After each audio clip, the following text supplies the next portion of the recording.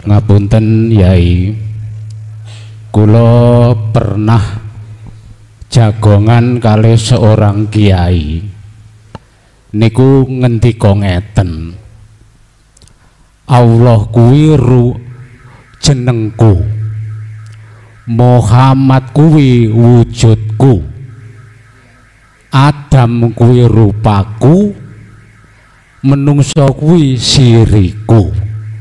Lah ketika niku kula mboten dipun paringi napa niku keterangan utawa pengertian, piyambakipun namung mungel ngoten niku wau. Lah teng mriki kula nyuwun penjelasan Allah niku jenengku, pengertiane niku terus pundi, Muhammad niku wujudku niku pengertosanipun kados pundi, Adam itu rupaku itu bagaimana, dan manusia itu siriku niku terus pundi. Ngaten Yai, kula nyuwun penjelasan secara real. Wassalamualaikum warahmatullahi wabarakatuh.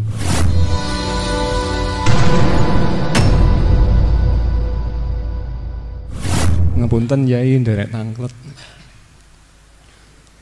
Dawuhipun Imam Ghazali Hujjatul Islam Syekh Abu Hamid Muhammad bin Muhammad Al-Ghazali ingkang termaktub wonten kitab Ihya Ulumuddin teng riku, wan nasu kulluhum halaka illal alimun wal alimuna kulluhum halka illal amilun wal amiluna kulluhum halka illal muhlisun wal muhlisuna ala khotorin azim. Tengriku dawuhipun trose sedaya manusa nika rusak kejaba wong ngalim. Tiang ngalim sedaya rusak kejaba wong sing ngamalake ilmune. Wal amiluna kulluhum halka illal muhlisun. Kabeh sing ngamal nggih rusak illal muhlisun, kejaba wong sing ikhlas. Wal muhlisuna ala khotorin azim. Pertanyaanipun ngapunten Yai nggih niki khotorin azim niki sing khotorin ingkang kados pundi, lajeng ingkang bi ghairi khotorin ingkang kados pundi. Mekanten. Matur nuwun. Assalamualaikum warahmatullahi wabarakatuh. Waalaikumsalam. Sekedap. Bahasa khotor ing munggu syariate jamaah maksudnya apa? Ben paham. Khotorin adim dalam kekhawatiran. Kekhawatiran. Lah ngeten iki kan jamaah boleh paham. Nggih, nggih. Ngapunten Yai niku nggih, ngatun. Ngeten.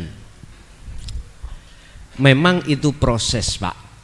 Proses kita ketika dari taholli sampai ke tajali, prosesnya seperti itu. Di proses Allah manusia akan hancur kecuali wong sing wong alim. Begitu juga sampai terhadap orang yang ikhlas. Ya, itulah proses kita dari syariah, thariqat, hakikat dan makrifat. Cuman yang ditanyakan khotor. Khotor yang orang ikhlas, yang khotor apa sing bigori khotor? Orang ikhlas yang khawatir atau yang tidak khawatir? Ini ada maksud dari satu ayat suratin apa niku mengke dipadosi ya. Ala inna auliya Allah la khaufun alaihim walahum yahzanun. Jadi wong sing ikhlas yang tidak ada khawatir itu adalah mukhlasin ini yang keakuannya sudah hilang, Pak. Yang sudah duduk di tajali. Yang sudah masuk di dalam ma'rifatullah. Gak ada rasa khawatir. Bagaimana mungkin dia ada rasa khawatir, nah dianya nggak ada, Pak. Masa Gusti Allah khawatir? Ini bigoiri kotor. Niki maksudnya mereka yang sudah sampai pada makrifat Allah. Berarti sudah ke ahad. Mukhlasin. Ini nanti ada Pak, makanya ini tadi yang saya jelaskan tentang ahli tahqiq tadi loh ya. Ahli ilmu. Ahli ilmu Pak. Tapi belum melakukan. Belum melakukan. Lah, tetapi kalau ahli ilmu sudah melakukan, tidak hanya ahli tahqiq, ahli syuhud, ahli makrifat pada Allah. Ini yang kumaksud orang yang tidak ada rasa khawatir karena dirinya sudah tidak ada. Cuman kita aja sebagai orang luar itu melihat ada dia, tapi di dalam ruhaniyah beliaunya sudah tidak ada. Seperti dawuhnya Al-Khalat nih lho Pak. Ana al-haq la fi jubati ilallah. Kita orang lain melihatkan yang berkatakan Al-Khalat lagi tidak sebagai makhluk. Akhirnya jatuhnya tuduhan kita terhadap Al-Khalat telah ngaku-ngaku sebagai Allah. Tapi ketika kita masuk di dalam ruhaniyah beliau, Al-Khalatnya sudah fana, makhluknya sudah fana. Berarti yang berkata siapa tadi? Allah. Cuman kita melihatnya itu makhluk. Nah disinilah gaya kita melihat, dari sisi mana kita melihat, kacamata syariat apa kacamata hakikat. Sebab bagaimanapun juga, alasan apapun juga, jikalau tanpa Allah pada diriku, nggak mungkin klakson ini sok ngomong. Paham ya? Tinggal jenengan lihat makhluknya apa melihat Allahnya. Sama dengan hal itu. Nek melihat makhluknya, kula misalnya merasa diri saya makhluknya, otomatis Pak kursi ono rasa khawatir, pengen rokokan, pengen ngombe, pengen mangan, masalah luwe. Nek Gusti Allah duwe rasa luwe, ngantuk duwe, mboten wonten. Lah, disitulah Pak. Tinggal di dalam ruhaniyah kita, duduk di taholli apa duduk di tajalli. Untuk penyanyi kedua, monggo. Assalamualaikum warahmatullahi wabarakatuh. Waalaikumsalam warahmatullahi wabarakatuh. Ngapunten Yai, kula pernah jagongan kali seorang kiai niku ngendika ngeten, Allah kuwi jenengku, Muhammad kuwi wujudku, Adam kuwi rupaku, menungso kuwi siriku. Lah ketika niku kula mboten dipun paringi napa niku keterangan utawa pengertian, piyambakipun namung mungel ngoten niku wau. Lah teng mriki kula nyuwun penjelasan Allah niku jenengku, pengertiane niku dos pundi, Muhammad niku wujudku niku pengertosanipun kados pundi, Adam itu rupaku itu bagaimana, dan manusia itu siriku niku dos pundi. Ngaten ya, itu kula nyuwun penjelasan secara real. Wassalamualaikum warahmatullahi wabarakatuh.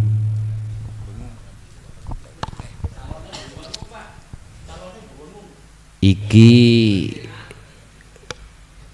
kami membahas ismudat. Allah iku jenengku. Ku yang laisa kami selisaiun ya maksudnya. Oke. Itu gambarannya di Al-Qur'anul Qadim huruf alif.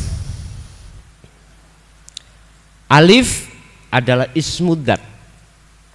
Isim jeneng, berarti Allah iku jenengku. Innallaha rabb rabbi wa rabbukum fa'buduh hadza siratum mustaqim.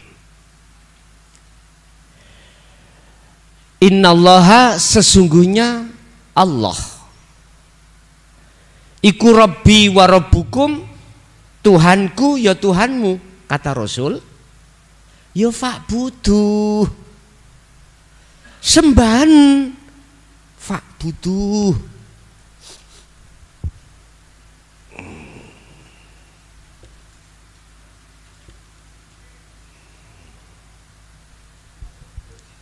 Kau wedek nih cek ketok. Lah, iki isinya bukan Muhammad loh Pak ya.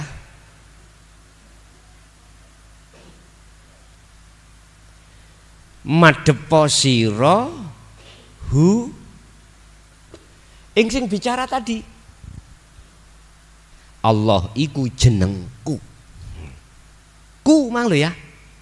Laku iku bisa sampai temokno di dalam surah Toha ayat 14, surat lagi Al-Anbiya 25. Ku itu tadi ketemunya di situ nanti. Ku akan ketemu manakala kunya makhluk dalam diri jenengan sudah tiada. Bisanya tiada, encep sirul asrornya lewat su'amul basiroh ke ainul baru. Jadi masuknya diku itu diterangkan di dalam Al-Quranul Qadim, huruf pertama alif. Menisan wis bahno. Ketemune nang nggone Al-Quranul Qadim, Mbak. Jadi isim, alif iku isim, nama. Tapi maksudnya bukan nama Allah, bukan, tapi ku yang ada di sini loh Pak ya. Tadi sudah saya katakan, Anda akan bisa sampai ke sini manakala Anda terus menancapkan fastaqomu tentang su'aul basyiroh ke ainul basyiroh. Hati jenengan sudah ada iman bahwasanya semua yang menggerakkan alam ini walillahil masyriq wal maghrib adalah Allah, maka tancapkan dalam hatimu ini. Yes, jangan henti-henti, terus encep. Yes, seperti paku tadi loh Pak, encep nih terus. Baru ketemu yang memiliki isim tadi. Dah, jadi yang dimaksud bukan nama. Yang dimaksud adalah jenengan disuruh sampai masuk di dalam nama itu yang memiliki nama. Bismillahirrahmanirrahim, dengan menyebut nama Allah. Siapa yang memiliki nama Allah? Dijawab subhanalladzi asra bi 'abdihi lailan. Dialah sang yang maha suci. Rupane yaiku alladzi, zat hidup. Di manakah hidup? Dikejar terus. Wal awwal wal akhiru wal zahiru wal batin. Yo ning jeromu yo ning jopomu dulur, di awal dan di akhir. Nah, kalau sudah muncul iman seperti itu, fastaqomu au fastaqim, encepno, baru nanti Anda akan ketemu yang laisa kamisli sayun. Kalau sudah di situ, maka tidak ada awal, tidak ada akhir, tidak ada dohir, tidak ada batin. Kalau masih ada sebutan awal akhir, Allah bertempat Pak Bulian. Kalau Allah bertempat, berarti Allah butuh tempat. Padahal Allah tidak bertempat, tidak butuh tempat. Gus tambah bingung aku Gus. Ngombe kopi dhisik. Bingung. Ngombe kopi sik nek bingung.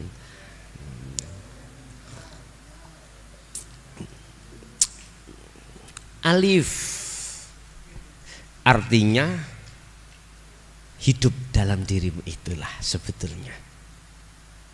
Bis. Muhammad adalah apa tadi? Wujudku. Ngoten nggih?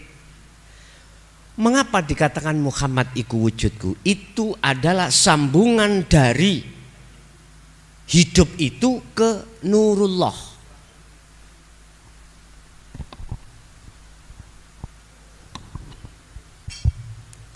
Allah yang dimaksud bukan nama, ini melahirkan ngetokno wajahe. Wis menisan. Itu namanya Muhammad. Siapakah Muhammad itu? Kul innama ana basarum mislukum. Kul innama ana basarum mislukum. Katakan Muhammad, sesungguhnya aku sama dengan kau. Umatku sama. Apa? Sama basarnya, sama manusianya. Oleh sebab itu kata Muhammad Rasulullah, jangan kau sembah aku, jangan kau puja aku, jangan kau puji aku, sembahlah inilah fa'budu. Ini yang ku sembah. Kata Muhammad. Berarti Rasulullah itu tidak minta disembah, tidak minta dipuja dan dipuji, tetapi beliau memerintahkan terhadap kita sebagai umatnya untuk memuja, memuji, menyembah terhadap siapa yang disembah Muhammad. Saged diterami nggih? Oke. Lah Muhammad iku disebut basar. Basar itu masuk makhluk. Lah makhluk inilah yang disebut nurullah. Ya. Allah ngetokno piyambake, nampilno secara dohir piyambakipun, jengleh-jenglehno disebut nurullah.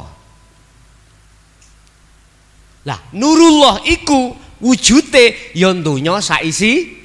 Makane apa jenengan disuruh bersaksi wa asyhadu anna Muhammadar Rasulullah.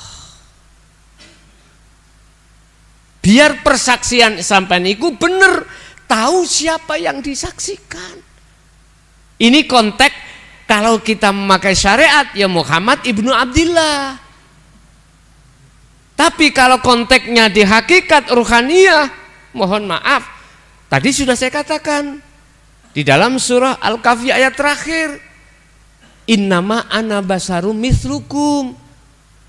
Muhammad ibnu Abdillah itu ngomong, dawuh, aku iki padha ngger, he umatku padha mbek awakmu, padha basarnya, pada manusianya.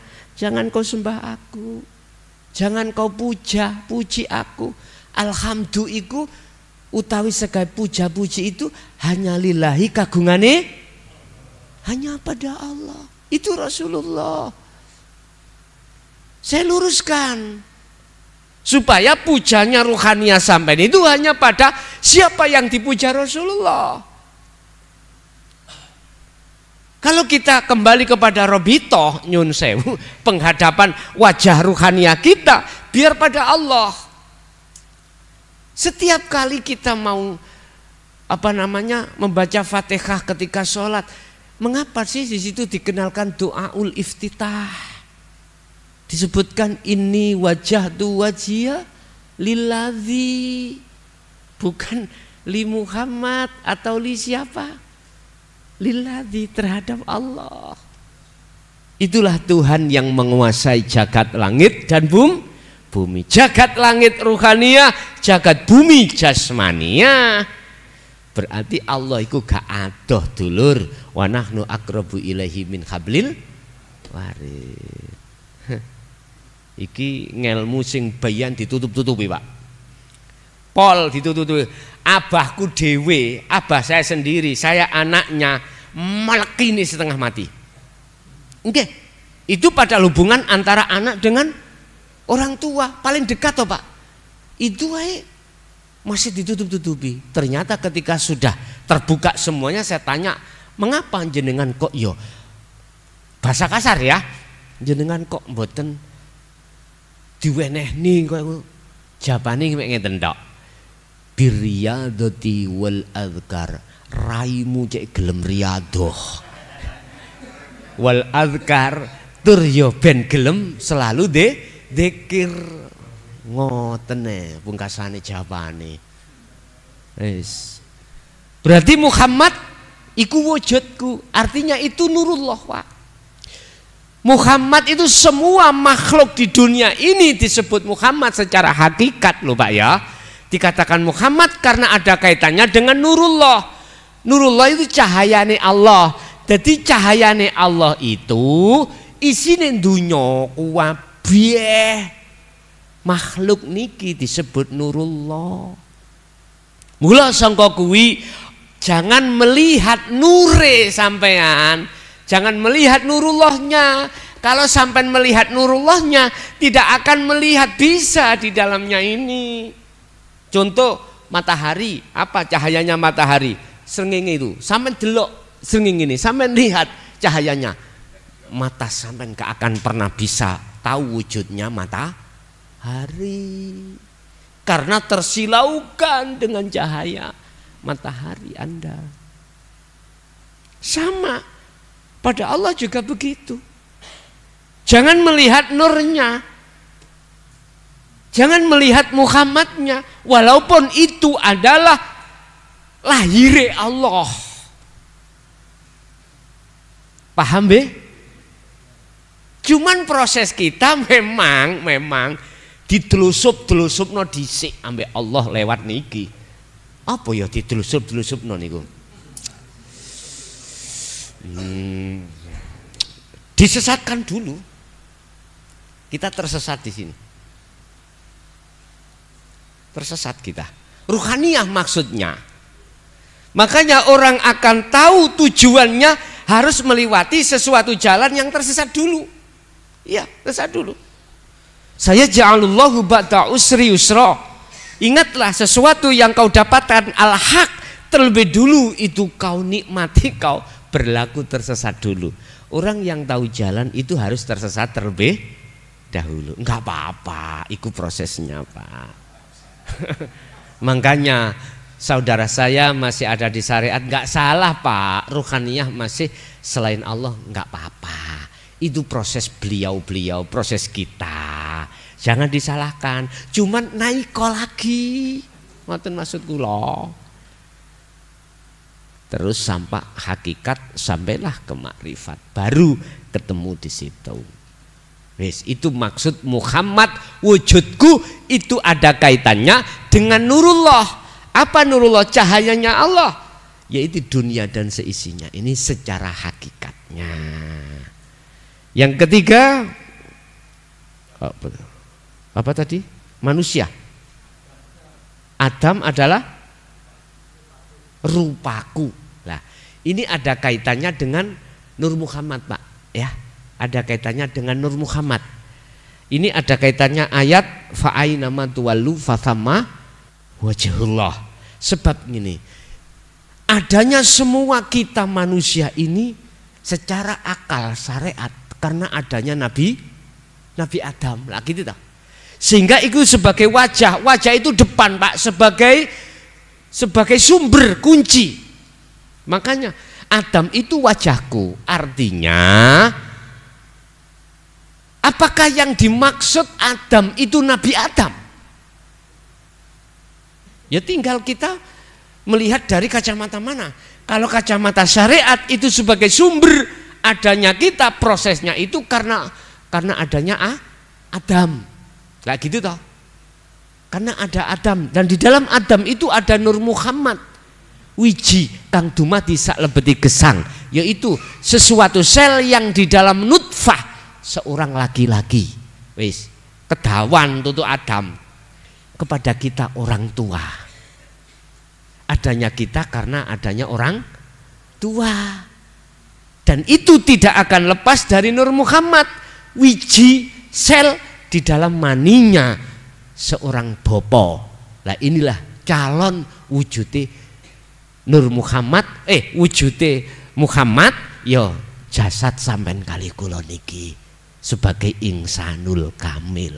Jadi wajahnya mana? Secara hakikat adalah iman ruhaniyah sampean yang sudah di sini. Ini wajah tu tak depno wajahku Menyang sapa? Wajhiya lilladzi, terhadap wajahnya lilladzi. Fa aina ma tuwallu, dimanapun kau berada, fathama arahkan wajhullah, ing wajahi Gusti Allah. Artinya semua apapun aktivitas yang kita hadapi, Allah di situ, ada wajah Allah. Arahkan wajahmu ke wajah Allah. Lah, wajah yang dimaksud wajah ini adalah depan. Depan yang dimaksud adalah ruhania lewat iman sampai ning ati iku yang sudah ada su'aul basirah. Paham ya? Wis. Terus manusia adalah rahasiaku. Lah, kok iso manusia itu rahasiaku? Iya Pak, jenengan akan bisa ke Allah itu akan mengupas di dalam diri Anda masing-masing. Karena di dalam diri kita manusia itu ada rahasia Allah. Apa? Keakuan Allah. Itu yang dimaksud rahasia. Lah, itu akan bisa sampai kita sampai di situ manakala jenengan sudah membedah keakuan diri jenengan.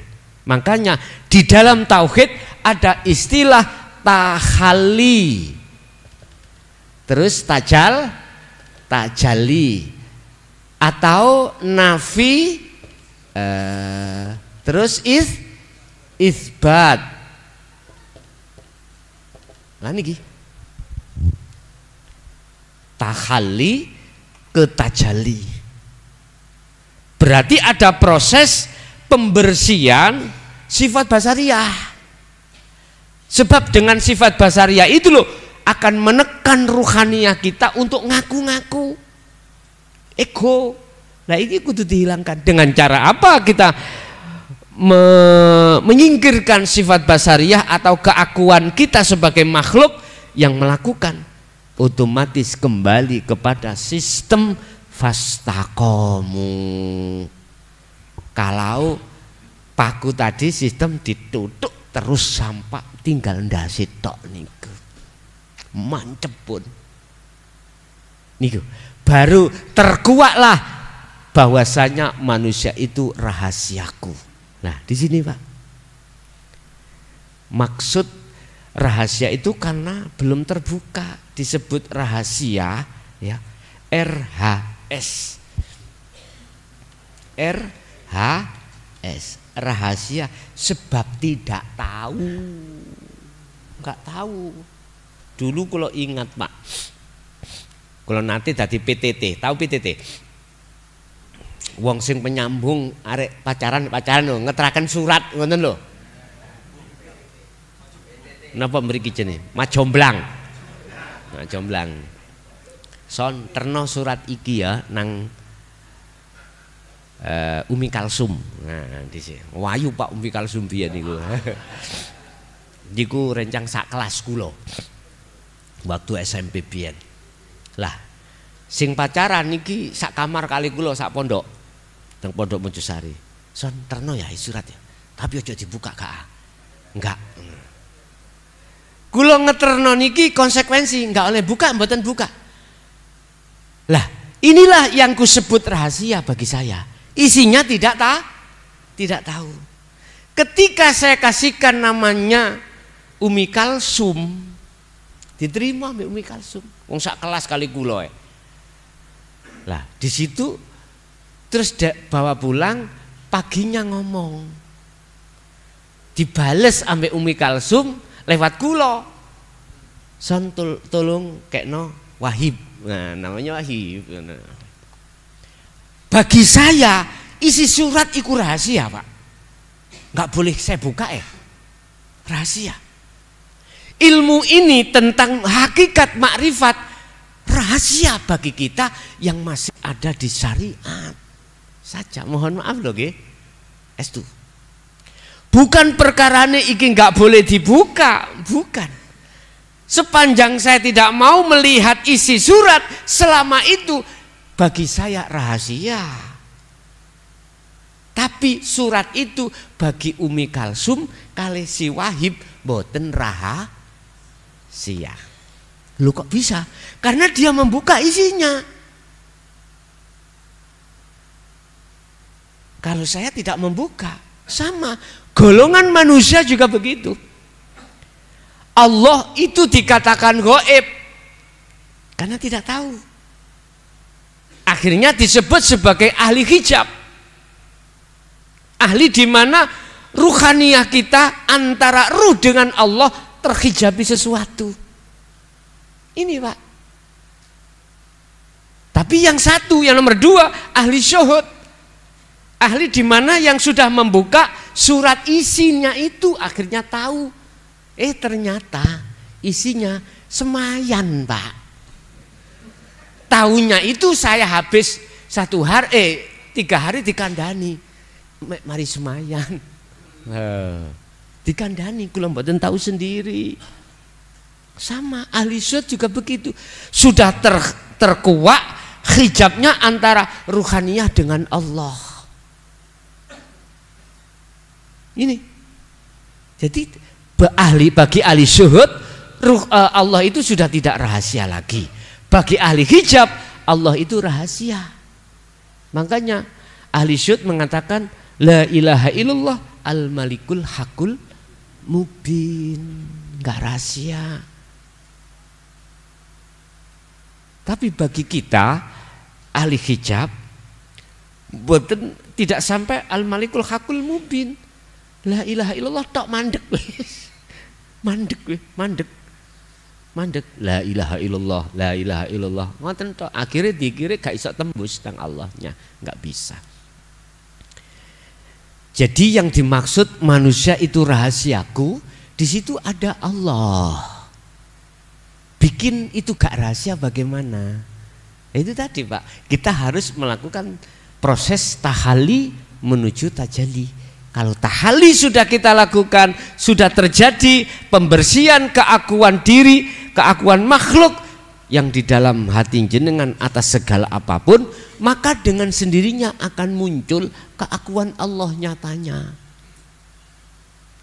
Sebab ketika jenengan melakukan tahalli, ini nanti cahaya makrifat Allah datangkan.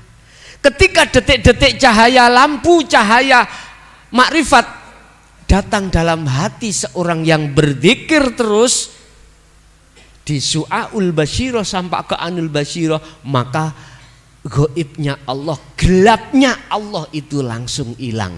Laksana dalam ruangan tadinya gelap karena lampunya belum menyala. Ketika dinyalakan saknaliko itu gelapnya hilang. Itu yang kumaksud. Ketika masih gelap yo rahasia terus. Karena belum dibuka, karena cahayanya belum datang. Kalau sudah dipetek lampunya, jreng, saknaliko gelapnya mana Pak? Enggak ada. Jelas nggih? Itu proses gambaran orang menuju pada Allah itu seperti itu. Oke.